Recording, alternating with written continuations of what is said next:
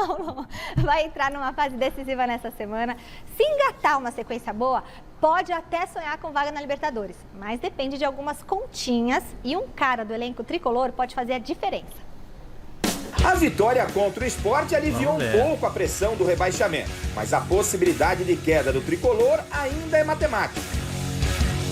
Hoje o São Paulo, com o jogo a mais, está apenas 5 pontos acima do Juventude, que é o primeiro time na zona de degola. E por isso, todo cuidado é pouco para não ser surpreendido. Mesmo tendo apenas 1,1% de chance de cair, segundo estudos matemáticos, o técnico tricolor adverte. Nós temos que pensar no Grêmio, porque os 45 não são suficientes para escapar do rebaixamento. Essa é a realidade. É só você olhar a tabela. Pode ser que aconteça, realmente, de alguém perder todos os jogos, empatar jogos e o 17º não chegar a 45. Mas primeiro que nós, como São Paulo Futebol Clube, nós não podemos pensar nisso, que 45 é suficiente. Com a possibilidade ainda real e matemática de rebaixamento, o São Paulo conta com um bom momento de Gabriel Sara para permanecer na elite do futebol brasileiro. Desde a chegada de Ceni, Sara vem sendo um dos destaques da equipe. Esse bom momento de Gabriel Sara, mais do que ajudar para evitar uma queda, pode servir para levar o time à conquista de uma vaga para a pré-Libertadores. Segundo as estatísticas, essa chance está hoje na casa dos 3,2%. Para atingir esse objetivo, o São Paulo tem ainda mais 3 jogos pela frente, contra Grêmio, Juventude e América Mineiro. Será que Gabriel Sara tem bala na agulha para comandar o tricolor e levar a equipe à conquista de uma vaga para a Liberta? Vamos ver. Torcer, né? Pelo menos. E aí, Celso Cardoso, fala. É a reunião que se estende programa afora. Ó, eu gosto muito do Gabriel Sara. Me lembro quando a gente fez aqui um Quem é Melhor, caiu o Sara com o Rafael Veiga. E eu me lembro de ter dito no mesa que hoje o Rafael Veiga, mas eu acho que o Sara tem condições de chegar no mesmo nível, por exemplo, do Rafael Veiga. Você acha, Miller, isso? Eu acho, no seu Miller. Não, eu acho que hoje o Rafael Veiga está num nível muito maior do que o Gabriel Sara.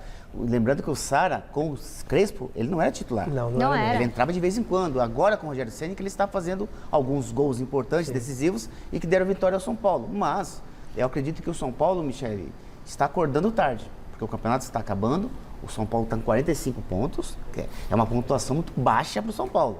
Então, é uma campanha de campeonato brasileiro vergonhosa, né? Com certeza. Vendo pelos fatos, não é, Celso? Sim. Então, acho que o Rogério Ceni ganhando essas 3 partidas, claro que o São Paulo não faz mais que obrigação. Porém, vai encontrar adversários difíceis. Então, acredito que o São Paulo não vai encontrar vida fácil de... a próxima partida, onde que é? Contra o Grêmio. Contra o Grêmio. Quer dizer, tudo bem, o Grêmio está em desespero. Com mas é uma partida difícil. É. O Grêmio precisa vencer a qualquer custo. Tudo bem que a partida é no Morumbi, mas... o São Paulo tem 3 jogos difíceis Mas ainda. se o São Paulo perder, não rebaixa mais, né? Não é questão de rebaixar. Porque agora ele quer pontuar para a Libertadores. Matematicamente, o São Paulo ainda corre risco.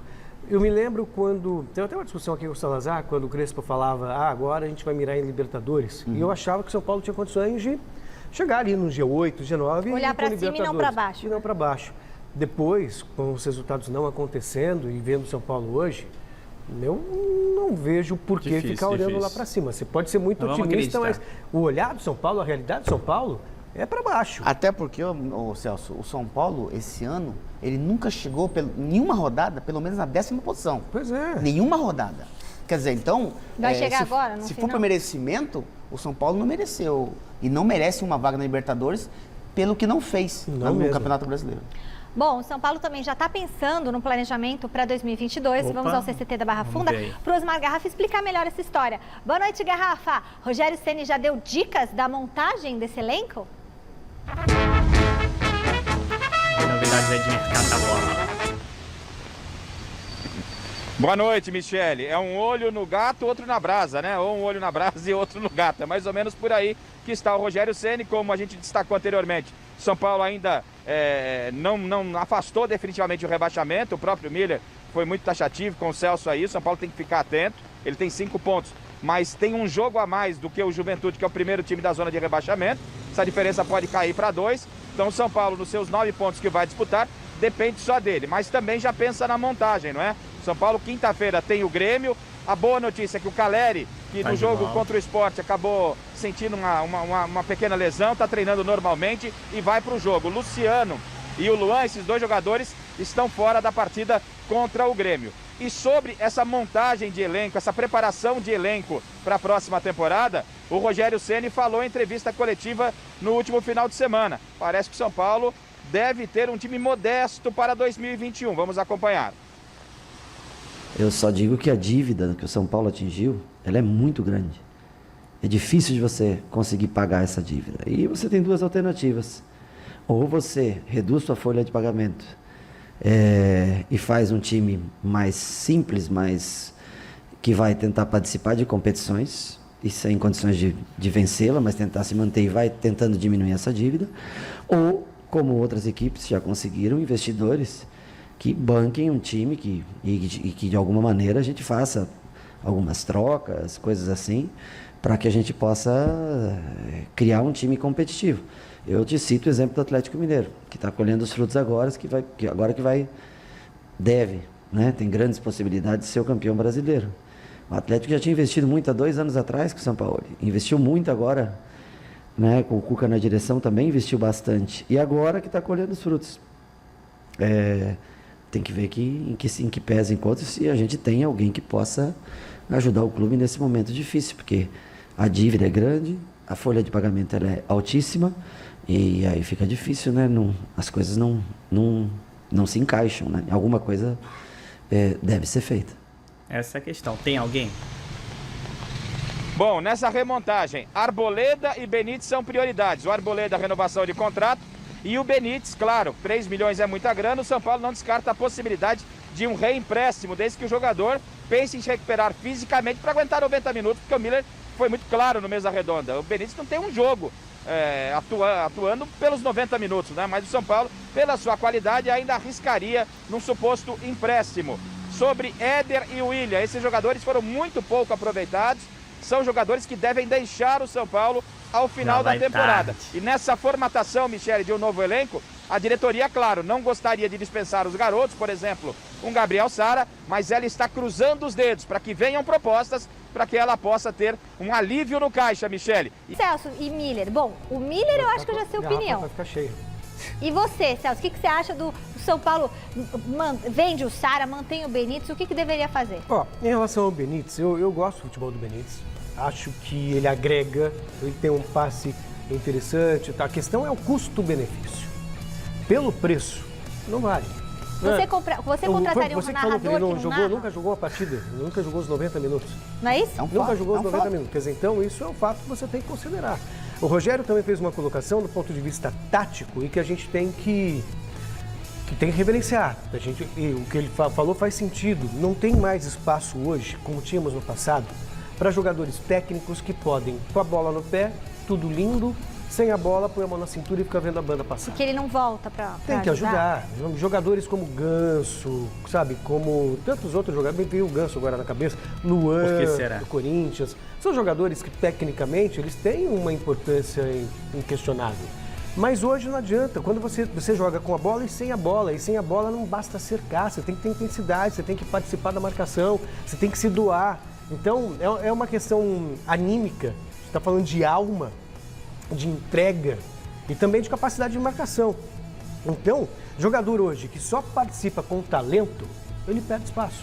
E aí, se você fizer um investimento num jogador que só tem o talento, mas não tem a entrega, você corre o risco de se dar mal. Então, eu acho que nesse momento o São Paulo está repensando muito o Benítez. Acho que ele só permanece se for reempréstimo. Compra, nem pensar. Vale a pena, Miller, um jogador que não joga? Tipo assim, joga pouco, nunca jogou 90 minutos? Eu tô me lembrando aqui, Michele, veio uma lembrança agora no Cortex aqui, que o Guerra, no Palmeiras, ele tinha muita técnica. É isso aí. Mas ele não tinha força. É a mesma coisa do Benítez. Ele tem técnica, inquestionável, sim, claro, mas não tem força. E o futebol hoje, como eu sempre falo, essa força. É 90% força. Até porque a cabeça dos treinadores hoje, no Brasil, geral, é que se o jogador não correr, ele não pode jogar.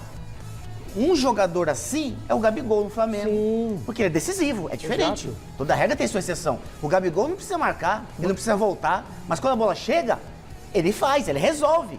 E no Diferente. Brasil, em especial no São Paulo, não tem esse jogador que é o tal do bola resolve. Depende do grupo. E o Rogério Ceni, claro, ele vai priorizar quem? O Benítez ou o Lisieiro, o Celso? O Lisieiro que corre, que dá pontapé, que dá carrinho, por quê? Porque é um jogador que se encaixa no esquema do treinador. E indo ao encontro do que disse o Miller, por exemplo, deu o exemplo do Gabigol, vamos pegar Flamengo e Palmeiras, qual a diferença de um time que se entrega taticamente e de um outro que joga com a bola? Então chega uma hora que o talento precisa de algo mais, precisa de garra, precisa de intensidade, é algo que às vezes falta para esse tipo. Que já começa lá na frente. Essa a questão. O futebol hoje já começa lá na frente. Não precisa voltar para marcar, mas precisa dar o combate já no campo de ataque para você evitar a saída de bola. Nossa, mas o cara vai ter fôlego para ir até lá e ficar voltando, vai lá e volta. Então eu tenho duas perguntas. Primeiro, isso do Benítez não ter essa força, não dá para ele treinar, aprender, fazer musculação, correr e adquirir? É que o jogador de futebol, Michele, ele chega numa determinada idade, que aí ele para de crescer em termos de fundamento. Os fundamentos você aprende na base. Aí você vai desenvolvê-los no profissional. Segundo, ele chega numa determinada fase, carreira, ou idade da sua carreira, que ele não consegue mais subir fisicamente. É ladeira abaixo. Já é uma coisa do Benítez, é uma coisa do Guerra, é uma coisa do Jô. O Jô nunca vai ser pleno fisicamente como em 2017. Não, porque já passou a idade. O Benítez, por mais ele é um jovem velho. Não tem nem porque 30 anos. fisicamente ele não aguenta. Isso não melhora. Não melhora fisicamente. A técnica dele é normal. Agora, é claro que ele jogando, coisa que ele não conseguiu fazer até agora, ele vai adquirir um certo ritmo de jogo e melhora. Só que no time do São Paulo, você tem que chegar e resolver. O time do São Paulo não tem esses jogadores únicos que resolvem. Pega a bola e vai dentro do gol. O São Paulo depende do quê? De pé em pé a bola para poder envolver o adversário e fazer o gol. E chegar lá perto e fazer o gol. Isso, o São Paulo é assim jogando. Então, que é outra coisa, o São Paulo, Michele, hoje, se não tiver investidor, como tem o Atlético e o Flamengo tem um planejamento com o Bandeira que tá colhendo os frutos agora. Sim. O Atlético é a mesma coisa. Se o São Paulo não fizer isso, não tem saída. A dívida é muito grande, como disse o Rogério Ceni, é verdade. A folha de pagamento é altíssima do São Paulo. Tem que ter, não perde para do Corinthians, hein? Não perde. Agora, o São Paulo precisa, Michele, contratar melhor. Exato. O São Paulo contratou muito mal. Contratou muito mal, Não, olha, mas isso a gente falou no começo do eu. Aí você falando que era tudo exatamente. tiozão, né? Michele, só quem joga dos contratados desse ano é o Miranda, que nós já conhecemos há muito tempo. O Rigoni, que ninguém conhecia, só o Crespo. O Crespo que indicou. E o Caleb. E o ninguém. E o ninguém mais. Ninguém lembra. O resto. O Benítez não rendeu, o William não rendeu, o resto Éder é não banco rendeu. ou fora do banco. O William, às vezes, nem no banco vai com o Rogério Ceni. Não quer dizer que o São Paulo não joga, que não tem notícias, e tem muita notícia nessa terça-feira, hein? Começando aí para a questão do planejamento de 2022, o Conselho Fiscal do São Paulo Futebol Clube avisou o presidente o seguinte, que o São Paulo precisa vender jogadores urgentes, pois a dívida de 605 milhões foi recebida. Se não houver uma venda na faixa de 60 a 70 milhões, subirá para 675 milhões de reais, é isso mesmo. E a situação financeira continua a piorar. E aí, pode ficar ligado aí, que alguns dos garotos de Cotia serão aí sondados. E os capazes do São Paulo nessa pressão aí acabar vendendo muito jogador de graça, né não? Então, vamos aguardar aí novidades do mercado da bola, mas ao que parece, ocorrerão mais saídas do que entrada. E falando em saídas, os nomes aí de Galeano e Rodrigo Freitas já estão praticamente confirmados que não retornarão para a temporada de 2022. Assim como o William, que também não terá o contrato renovado, e Éder, que o São Paulo deverá fazer aí uma negociação para uma rescisão amigável. Mas sabe como é que é, né? Vai acabar pagando uma parte e vida que segue. Ainda assim já é uma boa economia. Mas o São Paulo ainda vai tentar se desfazer de mais jogadores aí do elenco, vai dar uma reduzida e trazer garotos da base aí para compor o elenco. Então, vai ser um elenco hiper mega modesto aí, não se iludam. E falando em São Paulo, o William já voltou a treinar, assim como o Luan em campo. Mas nenhum dos dois ainda estarão aptos para o jogo contra o Grêmio. A provável escalação do São Paulo deverá ter Thiago Volpe, Igor Vinícius, Arboleda, Miranda e Reinaldo, Nestor, Sara, Gomes, Vitor Bueno, Caleri e Rigoni. A mesma equipe que jogou contra o Sport. Lembrando que o STJD liberou torcida para a equipe gremista. Então São Paulo vai jogar contra o Grêmio com torcida contra. Tem coisas que só acontecem com o São Paulo, né não? E para fechar, gostaria de desejar um feliz aniversário para o nosso Muricy Ramalho, que hoje completa 66 anos de idade. Então é isso, eu sou o Marcelo Mazorra do canal Mazorra SPFC. E se você quer ficar ligado nas últimas do São Paulo Futebol Clube, não deixe de se inscrever no canal, ativar o sininho e se puder nesse vídeo, deixa aquele likezão, tá ok? Saudações tricolores, uma ótima fim de noite a todos e valeu! Quer aprender a ter resultados como esse na internet sem precisar aparecer em vídeos no YouTube? Então clica no botão aqui embaixo, faz a sua inscrição no meu treinamento Ranqueamento de Vídeos no YouTube, o Pulo do Gato, que lá eu vou te ensinar tudo que você precisa saber para trabalhar com o YouTube em vídeos onde você nem precisa aparecer.